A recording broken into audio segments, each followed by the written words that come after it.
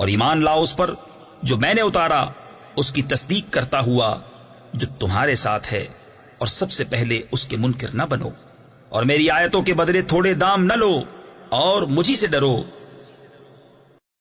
وآمنوا بما انزلت مصدقا لما معکم، اور ایمان لاؤ اس پر جو میں نے نازل کیا ہے، جو تمہارے پاس جو تورات ہے اس کی تصدیق کرتے ہوئے آیا ہے۔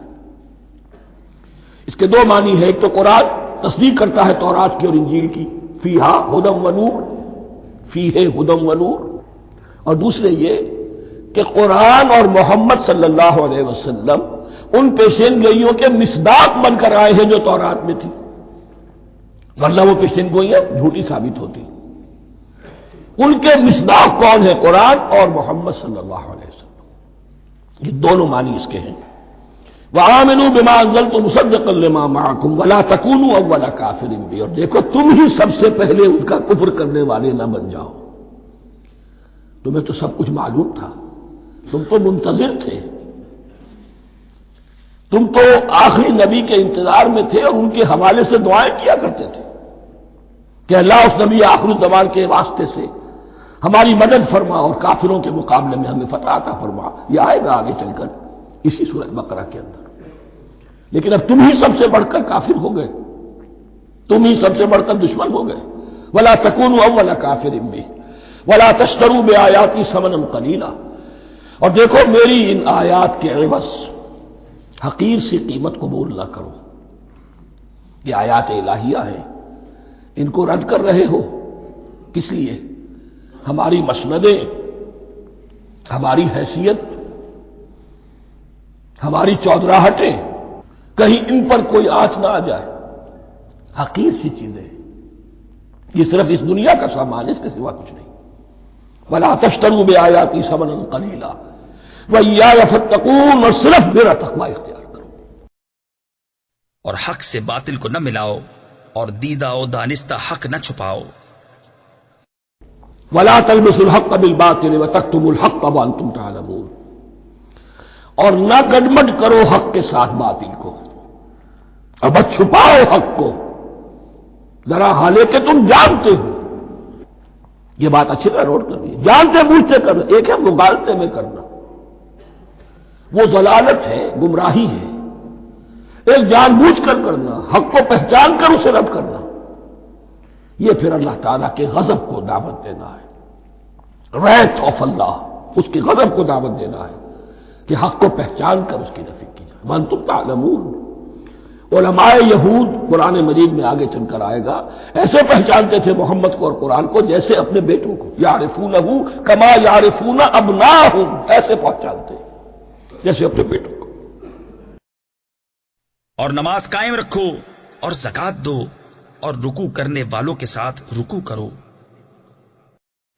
واقیموا الصلاۃ وآتوا الزکاۃ، دیکھو نماز قائم کرو، زکوٰۃ ادا کرو۔ وارکعوا مع الراکعین، اور جھکنے والوں کے ساتھ جھکو۔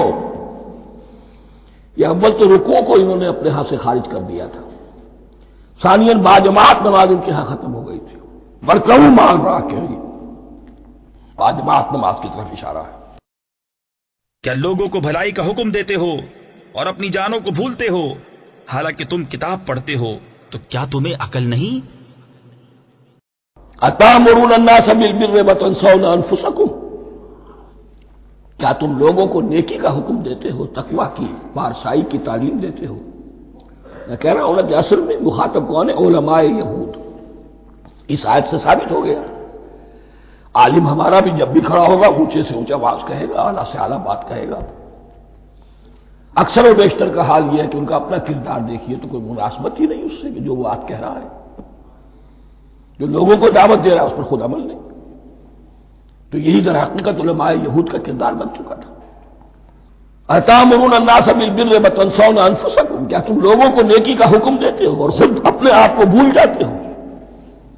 وانتم تتلون الکتاب، اور یہ سب کچھ تم کر رہے ہو اس حال میں کہ کتاب پڑھتے بھی ہو، تورات پڑھتے ہو، صاحب تورات ہو۔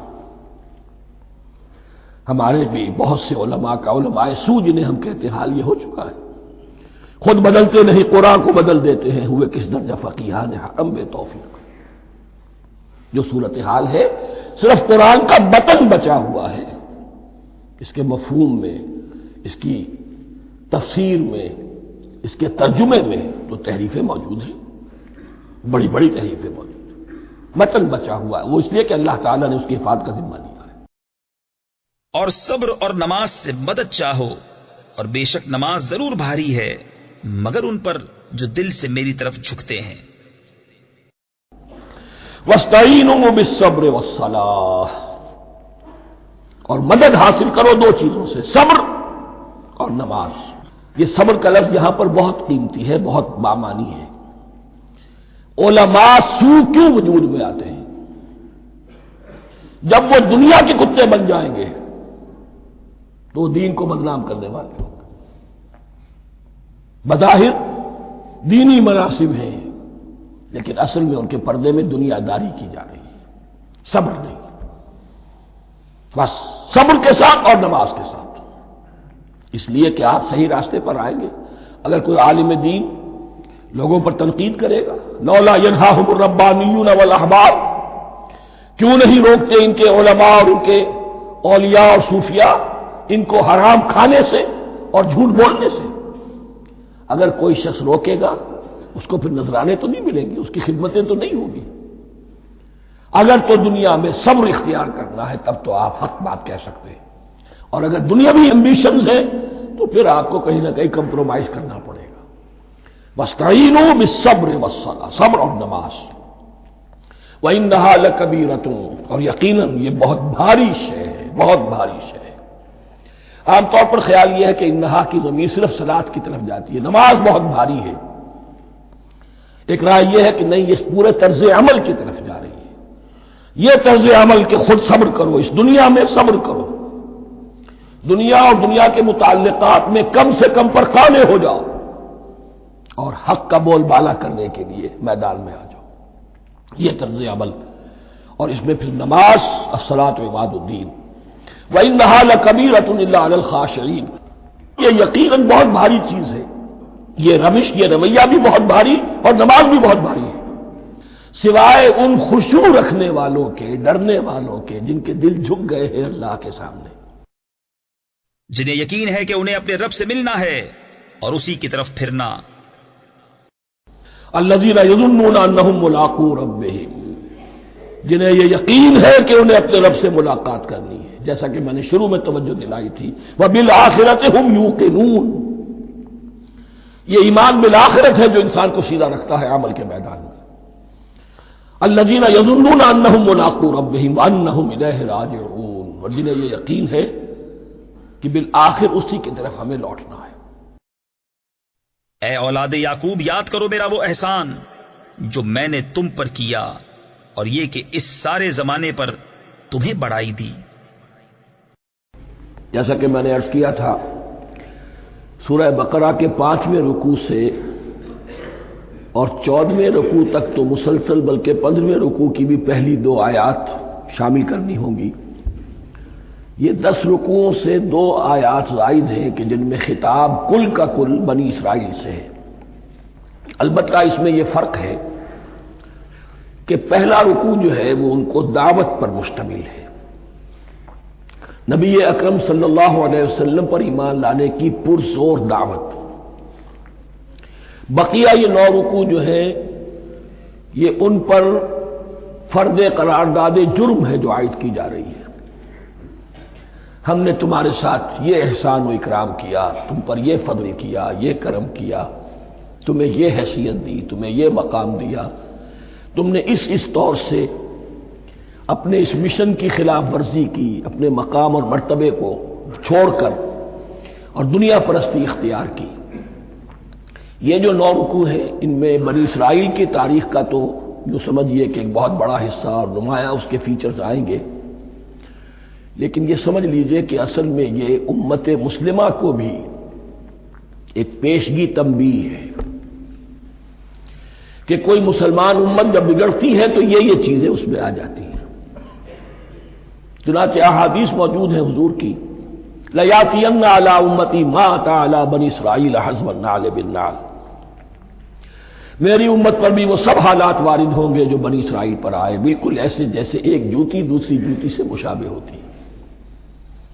ایک اور حدیث میں فرمایا لَتَتَّبِعُنَّ سُنَنَ مَن قَبْلِكُمْ، تم لازماً اپنے سے پہلوں کی پیروی کرو گے۔ اور اس میں اس حد تک بھی آپ نے وضاحت کر دی کہ اگر وہ سابق امت مسلمہ، سابق امت، اگر وہ گوہ کے بل میں گھسی تھی تم بھی گھسو گے، اور اگر ان میں کوئی بدبخت ایسا اٹھا جس نے اپنی ماں سے زنا کیا تو تم میں سے بھی کوئی شقی ایسا ضرور اٹھے گا جو یہ حرکت کرے گا۔ اس اعتبار سے ان رکوعوں کو پڑھتے ہوئے یہ نہ سمجھیے یہ اگلوں کی داستان ہے، پچھلوں کی کہانیاں ہیں، نہیں۔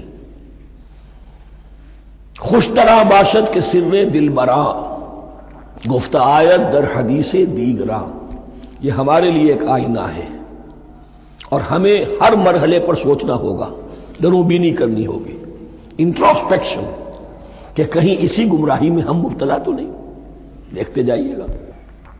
دوسرا نقطہ پہلے سے یہ سمجھ لیجئے، یہ جو دو آیتیں میں نے چھٹے رکوع کی تلاوت کی ہیں، بعین ہی یہی دو آیتیں 15ویں رکوع میں آئیں گی، اور اس کو یوں سمجھیے کہ یہ دو بریکٹس ہیں،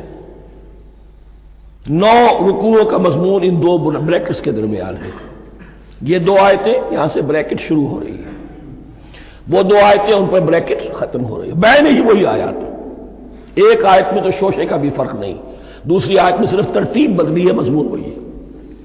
اس کے مابین جو کچھ ہے، اس سے باہر یہ جو 5واں رکوع تھا، اس کے مضامین گویا کہ ضرب کھا رہے ہیں بریکٹ کے اندر کے سارے مضامین سے۔ یہ حساب کا بہت ہی عام فہم سا قاعدہ ہے، بریکٹ کے باہر کوئی رقم لکھی ہوئی ہے جس کے بعد کوئی جمع یا تفریق اگر نہیں ہے تو وہ ضرب کھائے گی، بریکٹ کے اندر جتنی بھی ویلیوز ہیں ان کے ساتھ ضرب کھائے گی۔ تو گویا کہ ہر قدم پر حضور پر دعوت، ایمان لانے کی دعوت اس پورے معاملے میں موجود ہے، اس لیے کہ اس میں بعض آیتیں ایسی آ گئی ہیں، ایک زیادہ نمایاں ایک کم نمایاں، جن سے کچھ لوگوں کو بغالتا ہوا یا کچھ لوگوں نے فتنہ پیدا کیا جان بوجھ کر۔ یہ فتنہ ایک بار پیدا ہوا تھا اکبر کے زمانے میں، دین الہی کی شکل میں، کہ صرف خدا کو مان لینا، آخرت کو مان لینا اور نیک اعمال کرنا نجات کے لیے کافی ہے، کسی رسول پر ایمان لانا ضروری نہیں ہے۔ یہ صوفیہ میں بھی یہ فتنہ بہت بڑے پیمانے پر آیا، مسجد مندر ہکڑو نور، مسجد میں اور مندر میں ایک ہی نور ہے، سب مذاہب ایک ہی ہے، سارا فرق جو ہے شریعتوں کا ہے، عبادت کی ظاہری شکل کا ہے، وہ ہے رسولوں سے متعلق۔ رسولوں کو بیچ میں سے نکال دیجئے تو یہ دین الہی رہ جائے گا، اللہ کا دین۔ اتنا بڑا فتنہ تھا کہ جب ہندوستان میں سیاسی اعتبار سے، حکومت کے اعتبار سے مسلمانوں کا اقتدار چوٹی پر تھا، کلائمیکس پر، اکبر اعظم، اس وقت یہ دین الہی کا فتنہ اٹھا کہ دین محمدی کا اب دور ختم ہو گیا، وہ 1000 سال کے لیے تھا، 1000 سال پورے ہو گئے، اب الف ثانی ہے، دوسرا 1000 سال ہے، اس کے لیے نیا دین ہے، اسے دین اکبری بھی کہا گیا اور دین الہی بھی کہا گیا۔ اور اس میں ایک آیت آئے گی جس سے استدلال کیا ہے کچھ لوگوں نے۔ اس صدی میں پھر یہ فتنہ اٹھا تھا گاندھی کے فلسفے کے ذریعے سے، اور ایک بہت بڑا نابغہ انسان مسلمانوں میں سے، بہت بڑا نابغہ، جینیس، ابوالکلام آزاد، وہ بھی اس فتنے کا شکار ہو گیا۔ متحدہ قومیت، چنانچہ گاندھی اپنی پرارتھنا میں کچھ قرآن کی تلاوت بھی کراتا تھا، کچھ گیتا بھی پڑھواتا تھا، کچھ اپنشدوں سے، کچھ بائبل سے، کچھ گرو گرنتھ سے، معلوم ہو یہ سب ٹھیک ہے، سب ایک ہے، سب لوگوں کو ایک ہونا چاہیے، ایک قوم ہونا چاہیے، مذہب تو انفرادی معاملہ ہے، کوئی مسجد میں چلا جائے، کوئی مندر میں چلا جائے، گردوارے میں چلا جائے، کوئی چرچ میں چلا جائے، کوئی سینیگاگ میں چلا جائے، کیا فرق واقع ہوتا؟ اس کا توڑ یہی ہے کہ سمجھ لیجئے یہ جو 7 آیتیں ہیں 5ویں رکوع کی، یہ ہے بریکٹ کے باہر، اور یہ ضرب کھا رہی ہے مسلسل، اس بریکٹوں کے درمیان جتنی بھی مضمون آ رہا ہے وہ سب ان کے تابع ہوگا۔ گویا کہ جہاں تک حضور پر ایمان لانے کا معاملہ ہے وہ انڈرسٹوڈ سمجھا جائے گا، مقدر سمجھا جائے گا ہر مرحلے پر ان دو بریکٹوں کے مابین۔ اب چلیے بسم اللہ۔ یا بنی اسرائیل اذکروا نعمتی التی انعمت علیکم وانی فضلتکم علی العالمین، اے اسرائیل کی اولاد، یاد کرو میرے اس انعام کو جو تم پر ہوا، اس کی وضاحت میں کر چکا ہوں، لیکن یہاں جو الفاظ آ رہے ہیں بہت زوردار، وانی فضلتکم علی العالمین، میں نے تمہیں فضیلت عطا کی تمام جہانوں پر۔ یہاں ایک قاعدہ نوٹ کر لیجئے، عربی نحو کا قاعدہ یہ ہے کہ کہیں ظرف جس میں کوئی شے ہے، ظرف کی جمع لے لیتے ہیں، مراد ہوتا ہے مظروف، ظرف کے اندر جو شے ہے اس کی جمع۔ تمام جہانوں پر فضیلت، کیا فرشتوں پر بھی فضیلت؟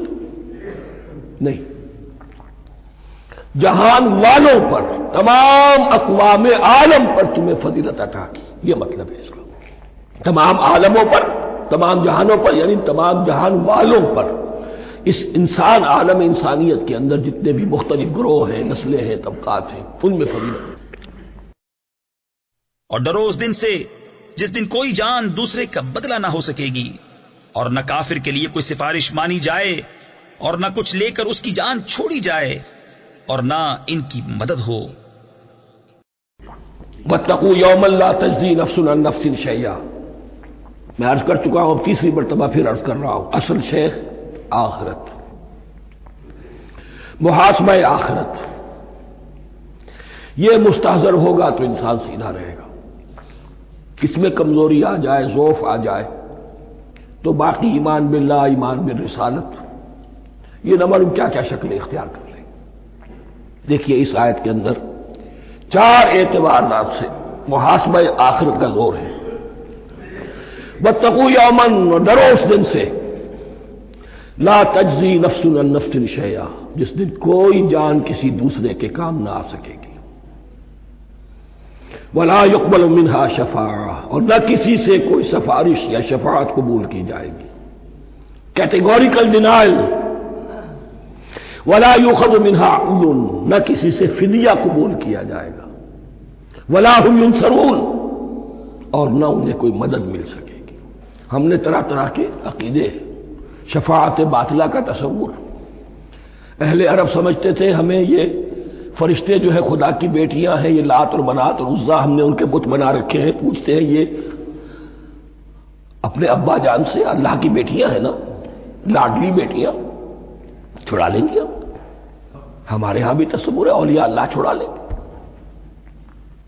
یا شفاعت باطلہ، خود حضور کی شفاعت کے بارے میں جو غلط تصورات ہیں، ایک شفاعت حقہ ہے، اس کی وضاحت کا یہ موقع نہیں ہے، وہ آیت الکرسی پہ جب ہم پہنچیں گے انشاءاللہ تعالیٰ اسی سورہ مبارکہ میں تو اس کی وضاحت بھی ہوگی۔ یہ سارے جو ہم نے جو گھر رکھے ہیں خیالات، ان کی نفی اس آیت کے حوالے سے کی۔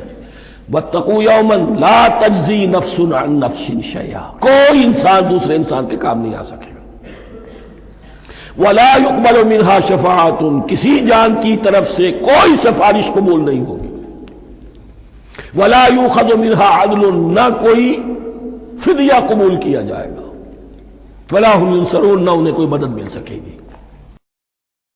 اور یاد کرو جب ہم نے تم کو فرعون والوں سے نجات بخشی کہ تم پر برا عذاب کرتے تھے، تمہارے بیٹوں کو ذبح کرتے اور تمہاری بیٹیوں کو زندہ رکھتے، اور اس میں تمہارے رب کی طرف سے بڑی بلا تھی یا بڑا انعام۔ اب اس کے بعد اللہ تعالیٰ کے احسانات اور ان کی طرف سے جو ناشکریاں ہوئی ہیں ان کی بڑی تفصیل کے ساتھ اب بات چلے گی، تفصیل نہیں، تیزی کے ساتھ۔ یہ واقعات کئی 100 برس کے ہیں، لیکن ایک تو یہ کہ ان کی تفاصیل مکی صورتوں میں آ گئی ہیں، سب سے زیادہ سورہ اعراف میں ملے گی، اور بھی کئی صورتوں میں آپ کو مل جائے گی۔ یہاں پر تو پے بپے، جیسے کہ ایک قرارداد جرم کسی پر کی جاتی ہے تو اس میں سب گنوائے جاتے ہیں، تم نے یہ کیا، یہ کیا، یہ کیا۔ وَإِذْ نَجَّيْنَاكُم مِّنْ آلِ فِرْعَوْنَ، اور ذرا یاد کرو جب کہ ہم نے تمہیں نجات دی تھی فرعون کی قوم سے۔ یسومونکم سوء العذاب، وہ تمہیں بدترین عذاب میں مبتلا کیے ہوئے تھے۔ یذبحون ابناءکم ویستحیون نساءکم، تمہارے بیٹوں کو ذبح کر ڈالتے تھے اور تمہاری عورتوں کو زندہ رکھتے تھے۔ عورتیں تو پھر ان کے کام آتی تھی گھر میں کام کاج کے، لونیاں بنتی تھی گھروں میں ڈال لیتے تھے لیکن لڑکوں کو، اور یہ دو موقع پر ہوا ہے بنی اسرائیل کے ساتھ، یہ بعد میں انشاءاللہ اس کی تفصیل آئے گی۔ وفی ذالکم بلاء من ربکم عظیم، اور یقیناً اس میں تمہارے رب کی طرف سے تمہارے لیے بڑی آزمائش تھی۔ اور جب ہم نے تمہارے لیے دریا پھاڑ دیا تو تمہیں بچا لیا اور فرعون والوں کو تمہاری آنکھوں کے سامنے ڈبو دیا۔ وَإِذْ فَرَقْنَا بِكُمُ الْبَحْرَ، اور یاد کرو جب کہ ہم نے تمہارے لیے سمندر کو پھاڑ دیا یا دریا کو پھاڑ دیا۔ یہ ایک مختلف فی بات ہے کہ کس جگہ سے کراس کیا تھا بنی اسرائیل نے ایجپٹ سے سینائی پیننسولا آنے کے لیے جزیرہ نما سینا میں۔ ایک رائے یہ کہ دریائے نیل کو کراس کر کے گئے ہیں، لیکن یہ بات غلط ہے، دریائے نیل تو مصر کے اندر ہے، وہ کبھی بھی مصر کی حد نہیں بنا۔ کسی کی رائے یہ ہے کہ جو خلیج سویز ہے، بحر قلزم جو ہے ریڈ سی، وہ اوپر جا کر دو کھاڑیوں میں تبدیل ہو جاتا ہے، خلیج عقبہ مشرق کی طرف اور خلیج سویز مغرب کی طرف، اور ان کے درمیان میں یہ سینائی پیننسولا جو ہے یہ تکون ہے، جیسے ہندوستان بھارت تکون ہے ایسے یہ پیننسولا ہے، انڈین پیننسولا، سینائی پیننسولا۔ اور یہ سویز کینال تو بعد میں بنی ہے، خلیج سویز اور میڈیٹرینین بحیرہ روم کے درمیان یہ کچھ چھوٹی چھوٹی، اگرچہ چھوٹی تھی سمندر کے لحاظ سے، بہت بڑی بڑی جھیلیں تھیں، اور ان جھیلوں ہی کو پھر جوڑ جوڑ کر درمیان میں جو خشکی تھی اس کو کاٹ کر سویز کینال بنائی گئی ہے۔ تو اب تو یہ ایک مسلسل ایک رابطہ ہے، لیکن معلوم ہوتا ہے کہ یا تو خلیج سویز کو کراس کیا ہے حضرت موسیٰ علیہ السلام نے، اور یہی میری رائے زیادہ یہی ہے، اس لیے کہ کوہ طور جو ہے وہ اس پیننسولا کی ٹپ پر ہے، نیچے ہے یہاں، جہاں پر بھی ان کا قیام رہا اور جہاں پھر حضرت موسیٰ کو 40 دن کے لیے کوہ طور پر بلا کر اور پھر انہیں تورات دی گئی ہے۔ تو معلوم ہوتا ہے کہ جو خلیج سویز ہے اسے کراس کیا ہے۔ کراس کس طرح کیا ہے کہ حضرت موسیٰ کے عصا کی ایک ضرب سے سمندر پھٹ گیا، فَكَانَ كُلُّ فِرْقٍ كَالطَّوْدِ الْعَظِيمِ، دونوں طرف چٹانوں کے مانند پہاڑ کی طرح جو ہے وہ سمندر کھڑا ہو گیا، اس کے راستے سے یہ نکل گئے۔ اور پھر جب فرعون اور اپنا لشکر لے کر جب آیا ہے اس نے سوچا ہم بھی نکل جائیں، وہ غرق ہو گئے، اس لیے کہ دونوں طرف کا پانی آپس میں مل گیا۔ یہ تھی کیفیت، اور معجزانہ کیفیت تھی، یہ کوئی فطرت کے یا نیچر کے اصول کے مطابق بات نہیں تھی، اور میں عرض کر چکا ہوں، آپ کو بتا چکا ہوں معجزہ کسے کہتے ہیں۔ وَإِذْ فَرَقْنَا بِكُمُ الْبَحْرَ فَأَنْجَيْنَاكُمْ، جب ہم نے تمہارے لیے یا تمہارے ساتھ سمندر کو پھاڑ دیا، تمہارے لیے تمہارے گزرگاہ بنانے کے لیے، تو تمہیں تو نجات دے دی۔ وَأَغْرَقْنَا آلَ فِرْعَوْنَ وَأَنْتُمْ تَنظُرُونَ، اور تمہاری نگاہوں کے سامنے فرعون کے لاؤ لشکر کو غرق کیا، تم دیکھ رہے تھے، یہ گزر چکے تھے، اس ساحل پر کھڑے ہیں، ادھر سے یہ داخل ہوئے ہیں اور پانی دونوں طرف سے آ کر مل گیا اور یہ غرق ہو گئے۔ اور جب ہم نے موسیٰ سے 40 رات کا وعدہ فرمایا، پھر اس کے پیچھے تم نے بچڑے کی پوجا شروع کر دی اور تم ظالم تھے۔ وَإِذْ وَعَدْنَا مُوسَىٰ 40 لَيْلَةً، اور یاد کرو پھر جب کوہ طور پر ہم نے موسیٰ کو 40 دن کے لیے بلایا، ثُمَّ اتَّخَذْتُمُ الْعِجْلَ، ان کی غیر حاضری میں تم نے بچڑے کی پرستی شروع کر دی، اسے معبود بنا لیا، من بعدہ، اس کی غیر موجودگی میں، وَأَنْتُمْ ظَالِمُونَ، تم بہت بڑا ظلم تھا جس کا ارتکاب کیا، ان الشرک لظلم عظیم، عظیم ترین ظلم جو ہے وہ شرک ہے، اور شرک جلی کی یہ شکل کہ بچڑے کو پوج رہے۔ پھر اس کے بعد ہم نے تمہیں معافی دی کہ کہیں تم احسان مانو۔ ثم عفونا عنکم من بعد ذلک، پھر ہم نے تمہیں اس کے بعد بھی معاف کیا، یہ ہمارا کرم رہا ہے، ہماری رحمت رہی۔ من بعد ذلک لعلکم تشکرون، تاکہ تم شکر کرو۔ اور جب ہم نے موسیٰ کو کتاب عطا کی اور حق کو باطل میں تمیز کر دینا کہ کہیں تم راہ پر آؤ۔ وَإِذْ آتَيْنَا مُوسَى الْكِتَابَ وَالْفُرْقَانَ لَعَلَّكُمْ تَهْتَدُونَ، اور یاد کرو جب کہ ہم نے موسیٰ کو کتاب اور فرقان عطا فرمائی۔ یہ فرقان حق اور باطل کے درمیان فرق کر دینے والی چیز، اور کتاب عام طور پر جو آتا ہے وہ شریعت کے لیے آتا ہے، شریعت بھی دی، کتاب بھی دی اور فرقان بھی دیا۔ لعلکم تہتدون، تاکہ تم ہدایت پاؤ۔ اور جب موسیٰ نے اپنی قوم سے کہا، اے میری قوم، تم نے بچڑا بنا کر اپنی جانوں پر ظلم کیا، تو اپنے پیدا کرنے والے کی طرف رجوع لاؤ، تو آپس میں ایک دوسرے کو قتل کرو، یہ تمہارے پیدا کرنے والے کے نزدیک تمہارے لیے بہتر ہے، تو اس نے تمہاری توبہ قبول کی، بے شک وہی ہے بہت توبہ قبول کرنے والا مہربان۔ وَإِذْ قَالَ مُوسَىٰ لِقَوْمِهِ، اور یاد کرو جب کہ کہا تھا موسیٰ نے اپنی قوم سے، یا قوم انکم ظلمتم انفسکم باتخاذکم العجل، اے میری قوم کے لوگوں، یقیناً تم نے اپنے اوپر بڑا ظلم کیا ہے بچڑے کو معبود بنا کر۔ فتوبوا الی بارئکم، پس توبہ کرو اپنے پروردگار، اپنے خالق کی جناب میں۔ باری اللہ تعالیٰ ہے، باری فاقتلوا انفسکم، تو قتل کرو اپنے آپ کو۔ یہ چیز جو ہے تورات میں تفصیل سے آئی ہے، قرآن میں نہیں ہے۔ اسی اعتبار سے میں نے آپ کو بتایا تھا کہ تورات کا مطالعہ اس اعتبار سے مفید ہے کہ بہت سے واقعات جن کا قرآن میں ذکر ہے، اجمالاً اشارہ ہے، اس کی تفصیل کے لیے ہمیں تورات سے رجوع کرنا پڑتا ہے، ورنہ یہ کہ اس آیت کا صحیح مفہوم واضح نہیں ہوگا۔ فاقتلوا انفسکم، اپنے آپ کو قتل کرو، کیا معنی؟ یہ قتل مرتد کی سزا ہے۔ وہاں معلوم ہوتا ہے کہ حضرت موسیٰ نے یہ حکم دیا، 12 قبیلے تھے، ہر قبیلے میں سے کچھ لوگوں نے یہ کفر اور شرک کیا، باقی لوگوں نے نہیں کیا۔ انہیں حکم دیا گیا کہ اپنے قبیلے کے لوگ ان کو قتل کریں جو ان کے قبیلے میں سے اس کفر کے مرتکب ہوئے۔ انفسکم سے مراد یہ اپنے قبیلے کے لوگوں کو تم قتل کرو، اس لیے کہ قبائلی زندگی جو ہوتی ہے آپ کو معلوم ہے، اس میں کوئی اور قبیلہ ہاتھ لگا دے تو قبائلی عصبیت بھڑک اٹھے گی۔ 70,000 یہودی قتل ہوئے، اس سے بڑی توبہ اور ممکن نہیں، اس سے بڑا پرج، کسی بھی آئیڈیولوجیکل پارٹی کے اندر پرج بہت ضروری ہوتا۔ کچھ لوگ آ گئے ایک نظریے کو قبول کر کے، رفتہ رفتہ نظریہ اوجل ہو گیا، کچھ مفادات، کچھ چودراہٹیں، یہ مقدم ہو گئی، اسی سے جماعتیں خراب ہوتی ہیں، غلط راستے پہ پڑ جاتی ہیں، تحریکیں بھٹک جاتی ہیں۔ تو آئیڈیولوجیکل پارٹی، نظریاتی جماعتیں پرج کرتی رہتی ہیں کہ جو بھی ہمارے نظریے سے ہٹ گئے اب ان کو ہم کاٹ کر علیحدہ کر دیں۔ اور یہی سے قتل مرتد، تو یہ چیز حدیث میں ہے یا پھر قرآن میں یہاں ہے۔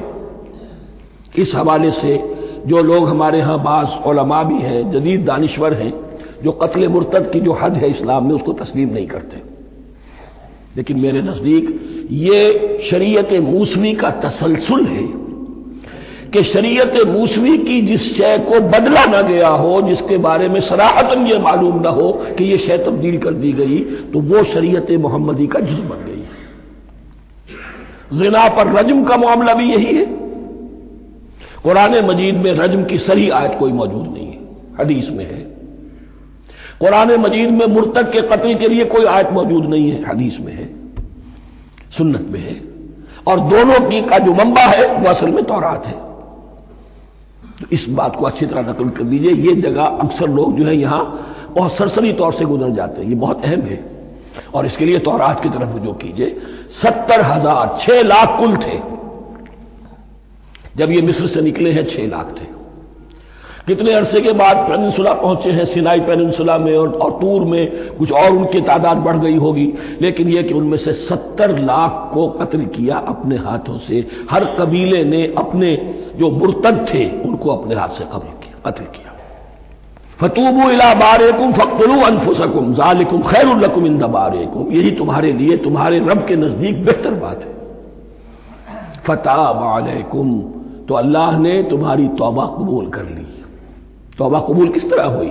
یہ تزکیہ ہوا ہے امت کا کہ ان میں سے جن لوگوں نے اتنی بڑی غلط حرکت کی ہے ان کو کاٹ کر، ذبح کر کے، ان کو قتل کر کے پھینک دیا گیا۔ انہ هو التواب الرحیم، یقیناً وہ تو ہے ہی بہت توبہ کا قبول فرمانے والا اور بہت رحم فرمانے والا۔ اور جب تم نے کہا اے موسیٰ، ہم ہرگز تمہارا یقین نہ لائیں گے جب تک علانیہ خدا کو نہ دیکھ لیں، تو تمہیں کڑک نے آ لیا، اور تم دیکھ رہے تھے۔ وَإِذْ قُلْتُمْ يَا مُوسَىٰ لَن نُّؤْمِنَ لَكَ حَتَّىٰ نَرَى اللَّهَ جَهْرَةً، ایک اور واقعہ ان کی تاریخ کا۔ اور یاد کرو جب کہ تم نے کہا تھا اے موسیٰ ہم تو تمہاری بات نہیں مانیں گے۔ ایمان کے بعد جب لام کا حرف آئے تو اس کے معنی صرف تصدیق کے ہوتے ہیں۔ لن نؤمن لک، ہم آپ کی بات کی تصدیق نہیں کریں گے، حتی نری اللہ جہرۃ، جب تک کہ ہم دیکھ نہ لیں اللہ کو عیاناً۔ ہمیں کیا پتا اللہ نے یہ کتاب دی آپ کو، آپ تو لے کر آ گئے، ہمارے سامنے تو پتھر کی کچھ تختیاں ہیں، اس پہ کچھ لکھا ہوا، کس نے لکھا ہمیں کیا پتا۔ اب دیکھیے ایک حضرت موسیٰ کی خواہش تھی رب ارنی انظر الیک، وہ کچھ اور شے تھی۔ یہ تخریبی ذہن ہے جو یہ کہہ رہا ہے کہ ہم بھی چاہتے ہیں کہ اللہ کو اپنی آنکھوں سے دیکھیں اور معلوم ہو کہ واقعی اس نے یہ کتاب آپ کو دی ہے۔ فَأَخَذَتْكُمُ الصَّاعِقَةُ، تو تمہیں آپ پکڑا ایک بہت بڑی کڑک نے، ایک بہت بڑی کڑک ہوئی اور سب کے سب مردہ ہو گئے۔ وَأَنْتُمْ تَنْظُرُونَ، تمہارے دیکھتے دیکھتے ایک کڑک نے تمہیں آ لیا۔ پھر مرے پیچھے ہم نے تمہیں زندہ کیا کہ کہیں تم احسان مانو۔ ثُمَّ بَعَثْنَاكُم مِّن بَعْدِ مَوْتِكُمْ، پھر ہم نے تمہیں دوبارہ اٹھایا تمہاری موت کے بعد۔ بعض لوگ اس کی یہ تعویل کر رہے ہیں کہ یہ موت نہیں تھی بلکہ بے ہوش ہو گئے تھے، یعنی جو بھی کڑک تھی اس کی وجہ سے سب کے سب بے ہوش ہو کے گر گئے۔ لیکن میرے نزدیک یہاں تعویل کی ضرورت نہیں، بعث بعد الموت اللہ کے لیے کوئی مشکل نہیں۔ ہم الفاظ کو خواب کا کاہے کو ان کے اصل جو مفہوم ہے جو کہ صاف ہے صریح ہے اس سے خواب کا کاہے کے لیے موڑ کر لے کر جائے۔ ثم بعثناکم من بعد موتکم لعلکم تشکرون، تاکہ تم شکر کرو۔ اور ہم نے ابر کو تمہارا سائبان کیا اور تم پر من اور سلوہ اتارا، کھاؤ ہماری دی ہوئی ستھری چیزیں، اور انہوں نے کچھ ہمارا نہ بگاڑا، ہاں اپنی ہی جانوں کا بگاڑ کرتے تھے۔ وَظَلَّلْنَا عَلَيْكُمُ الْغَمَامَ وَأَنزَلْنَا عَلَيْكُمُ الْمَنَّ وَالسَّلْوَىٰ، اور ہم نے تم پر ابر کا سایہ کیا۔ اب 6 لاکھ کا قافلہ چل رہا ہے، سینائی پیننسولا، صحرا، کوئی اوٹ نہیں، کوئی سایہ نہیں، لق و دق، دھوپ کی تبش۔ تو اللہ کا فضل ہوا کہ ایک سائے کی طرح ابر جو ہے ان کے ساتھ ساتھ جہاں جہاں وہ جا رہے ہیں وہ ابر ان پر سایہ کیے ہوئے۔ وَأَنزَلْنَا عَلَيْكُمُ الْمَنَّ وَالسَّلْوَىٰ، کھانے کو کچھ نہیں، تو من اور سلوہ نازل کیے گئے۔ من ایسے اترتا تھا رات کے وقت کہ جیسے شبنم کے قطرے ہوتے ہیں، لیکن وہ ہوتا تھا کسی ایسی چیز کا جس میں شیرینی تھی، اور پھر وہ زمین پر آ کر جم کر وہ ایک گویا کے دانہ بن جاتے تھے، یہ ان کا اناج ہو گیا۔ کاربوہائیڈریٹ سپلائی اس سے ہو گئی، من سے۔ اور سلوہ ایک خاص قسم کا پرندہ بٹیر کی شکل کا جو بے پناہ بڑی تعداد میں ان کے بڑے بڑے جھنڈ آتے تھے شام کے وقت، اور وہ ان کے ڈیرا جہاں ہوتا تھا اس کے گرد وہ اتر آتے تھے، اور رات کی تاریکی میں یہ آسانی سے ان کو پکڑتے تھے، ان کو کھاتے تھے بھون کر، اور یہ ان کی پروٹین ہو گئی۔ پوری غذا جو ہے اللہ تعالیٰ نے ان کو فراہم کر دی۔ وَأَنزَلْنَا عَلَيْكُمُ الْمَنَّ وَالسَّلْوَىٰ كُلُوا مِن طَيِّبَاتِ مَا رَزَقْنَاكُمْ، کھاؤ ان پاکیزہ چیزوں کو جو ہم نے تمہیں عطا کی ہیں۔ وَمَا ظَلَمُونَا، ہم نے تو ان پر کوئی ظلم نہیں کیا، وَلَٰكِن كَانُوا أَنفُسَهُمْ يَظْلِمُونَ، لیکن وہ خود ہی اپنے اوپر ظلم ڈھاتے رہے، ہر قدم پر نافرمانی اور ناشکری۔ اس کی بھی ناشکری آگے آ جائے گی چل کر، من و سلوہ سے بھی ناشکری کی انہوں نے۔ اور جب ہم نے فرمایا اس بستی میں جاؤ، پھر اس میں جہاں چاہو بے روک ٹوک کھاؤ، اور دروازہ میں سجدہ کرتے داخل ہو، اور کہو ہمارے گناہ معاف ہوں، ہم تمہاری خطائیں بخش دیں گے، اور قریب ہے کہ نیکی والوں کو اور زیادہ دیں۔ وَإِذْ قُلْنَا ادْخُلُوا هَٰذِهِ الْقَرْيَةَ فَكُلُوا مِنْهَا حَيْثُ شِئْتُمْ رَغَدًا وَادْخُلُوا الْبَابَ سُجَّدًا وَقُولُوا حِطَّةٌ نَغْفِرْ لَكُمْ خَطَايَاكُمْ، اور یاد کرو جب کہ ہم نے تم سے کہا تھا اس شہر میں داخل ہو جاؤ اور پھر کھاؤ اس میں سے بافراغت جہاں سے چاہو جو چاہو، لیکن دیکھنا دروازے میں داخل ہونا جھک کر، اور کہتے رہنا مغفرت مغفرت مغفرت۔ ہم تمہاری خطاؤں سے درگزر فرمائیں گے۔ اس آیت کو سمجھنے کے لیے ذرا تاریخی بات سمجھ لیجئے۔ صحرائے سینا میں آنے کے بعد اور یہ جو کتاب تورات انہیں مل گئی تھی، اس کے بعد حضرت موسیٰ علیہ السلام کے ہی زمانے میں انہیں جہاد اور قتال کا حکم ہوا۔ اس سے پوری قوم نے انکار کر دیا۔ یہ سورہ مائدہ میں آئے گا۔ اس پر اللہ تعالیٰ نے ایک سزا مسلط کر دی ان پر کہ 40 برس تک کسی صحرا میں بھٹکتے پھریں گے۔ اگر یہ ابھی قتال کرتے، جہاد کرتے تو پورا فلسطین ان کے ہاتھ پر ابھی فتح کرا دیتے، لیکن چونکہ انہوں نے بزدلی دکھائی ہے، اب سزا یہ ہے فَإِنَّهَا مُحَرَّمَةٌ عَلَيْهِمْ 40 سَنَةً يَتِيهُونَ فِي الْأَرْضِ۔ اب 40 برس تک یہ اسی صحرا میں بھٹکتے پھریں گے، اور ارض فلسطین جو ان کے لیے ارض موعود تھی وہ ان پر حرام کر دی گئی 40 سال کے لیے۔ اس 40 سال کے عرصے میں حضرت موسیٰ کا بھی انتقال ہو گیا، حضرت ہارون کا بھی ہو گیا۔ اس عرصے میں ایک نئی نسل پیدا ہوئی، وہ جو غلامی کا داغ اٹھائے ہوئی نسل آئی تھی مصر سے، جن کے اندر مورل کیریکٹر جو ہے وہ بہت کمزور ہو جاتا ہے، غلامی کا یہ اثر ہوتا ہے، وہ پوری نسل ختم ہو گئی، نئی نسل اب پیدا ہوئی۔ 40 برس صحرا میں پیدا ہوئے، یہی پلے بڑھے، ان میں اب ایک جذبہ تھا۔ حضرت موسیٰ کے پھر جو خلیفہ تھے یوشع ابن نون، جوشوا، تورات میں ان کا نام جوشوا ہے، یوشع، ان کی سرکردگی میں اب بنی اسرائیل کی اس نئی نسل نے قتال کیا، جنگ کی، اور پہلا شہر جو فتح ہوا وہ اریحا۔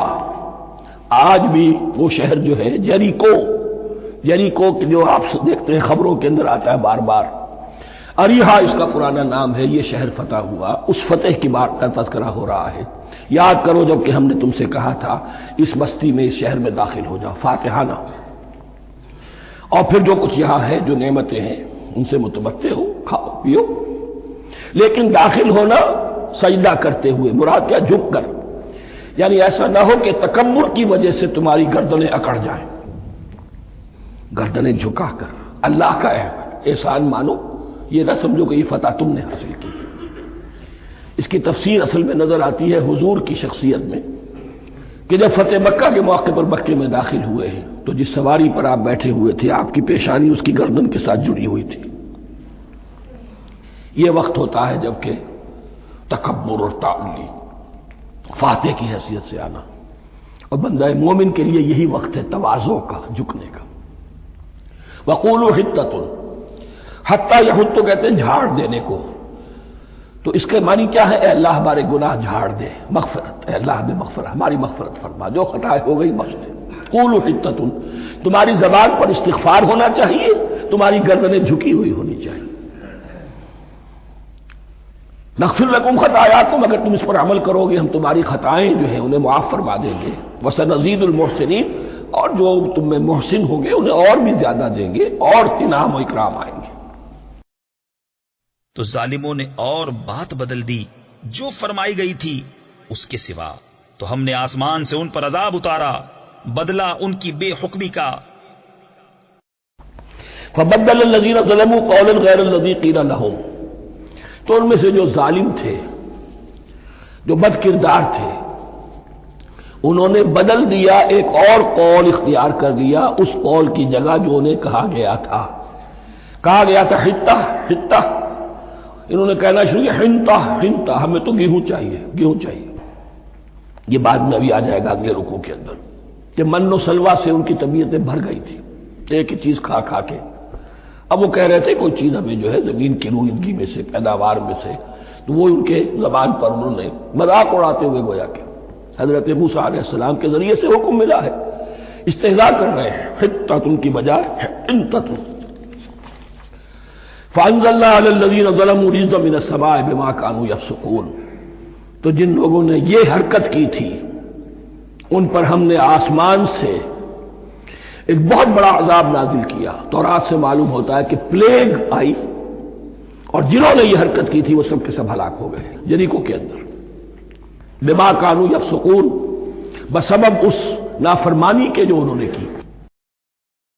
اور جب موسیٰ نے اپنی قوم کے لیے پانی مانگا تو ہم نے فرمایا اس پتھر پر اپنا عصا مارو، فوراً اس میں سے 12 چشمے بہ نکلے، ہر گروہ نے اپنا گھاٹ پہچان لیا، کھاؤ اور پیو خدا کا دیا، اور زمین میں فساد اٹھاتے نہ پھرو۔ وَإِذِ اسْتَسْقَىٰ مُوسَىٰ لِقَوْمِهِ فَقُلْنَا اضْرِب بِّعَصَاكَ الْحَجَرَ۔ اب یہ پھر صحرائے سیرا کا واقعات آ رہے ہیں، ان میں ترتیب زمانی نہیں ہے، اور یہاں کی فتح جو ہے حضرت موسیٰ کے بعد ہے، لیکن اب یہاں پہ پھر ابھی وہ جو صحرائے تیہ میں جب بھٹک رہے تھے پھر اس کا ذکر ہے۔ وَإِذِ اسْتَسْقَىٰ مُوسَىٰ لِقَوْمِهِ فَقُلْنَا اضْرِب بِّعَصَاكَ الْحَجَرَ، اور جب کہ موسیٰ کی قوم نے موسیٰ سے پانی طلب کیا۔